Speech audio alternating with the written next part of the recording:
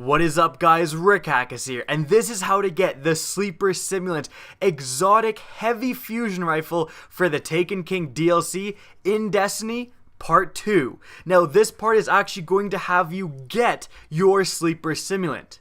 Now let's get started. So if you've completed all the steps that came available yesterday for the Sleeper Simulant and you have a completed IKELOS fusion core, Banshee 44 the Tower Gunsmith will have a new quest for you today.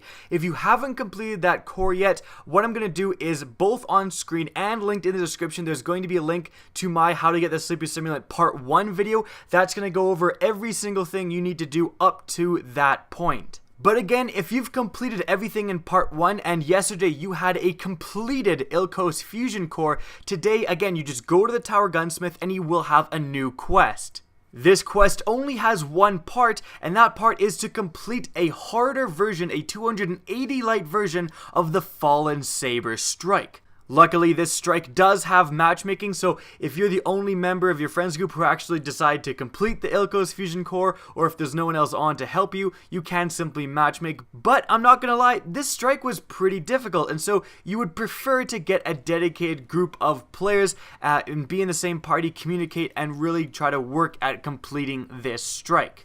Now I'm going to try to guide you through this strike as best as possible. The very first encounter where the Warsat falls from the sky is arguably one of the most difficult. You're going to be overwhelmed by a lot of different enemies. I would definitely say that the fact that I was a Defender Titan with the Helm of Inmost Light was essential for completing this part. It allowed you to stay in the bubble and really just have a safe zone where you weren't being sniped by the million Vandals outside and meleeed by the million Captains inside. So again, maybe put away those Sunbreakers and dust off Defender just for this part, because again, we found it essential in our victory.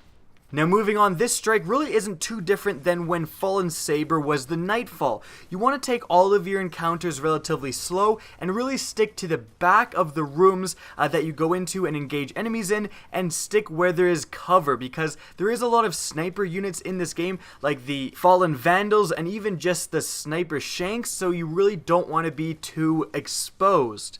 I also want to reiterate that there's a part where you have to take an object, a relic, and transport it from one side of this electrified hallway to another. For that part, remember to only send one teammate up to do that. The other two teammates are staying back and sniping the Shanks as they spawn. You do not want to send two players up to the relic, because that's a recipe for disaster. They can easily be killed in the same Exploder Shank explosion.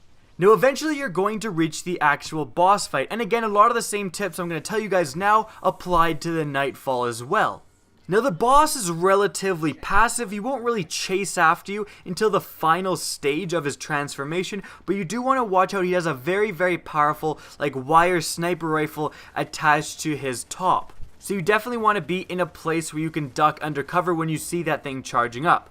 In addition, my main tip for you guys is watch out for ads. Go out of your way to kill ads before damaging the boss. They're going to be what overwhelms you and kills you. At first, it's not going to be that bad. It's simply some turret shanks. You can get shot a little bit from them and then realize, okay, I'm getting shot, turn around and kill them. But later on, it's going to be exploder shanks that spawn and then sniper shanks. As soon as you see those exploder shanks spawn, you really need to make sure that there's none that are going to be right beside you. And that sounds like an obvious tip, but you'll just end up, aiming down sights, getting a bunch of crits on the boss, and you're not really focusing on what's around you. Heck, when you're aiming down sights, you don't even have a radar. Just make sure to not be too engaged on the boss. Zoom out every once in a while, and make sure that you're not going to have an exploder shank explode right beside you and kill you.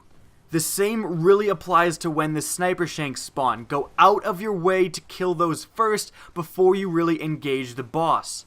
We again found Defender Titan extremely useful for this part, being able to deploy a bubble. Although it actually doesn't blind the boss, which is kind of disappointing, it does give you some refuge from the billions of sniper shanks it seems like raining down upon you. Now, as long as you prioritize ads, this fight might take a little longer than you're used to, but you will be able to succeed. Once you complete this strike, that's it. You're going to be awarded with the Sleeper Simulant weapon frame. You head back to the gunsmith, simply turn it in, and there you go. There is your Sleeper Simulant.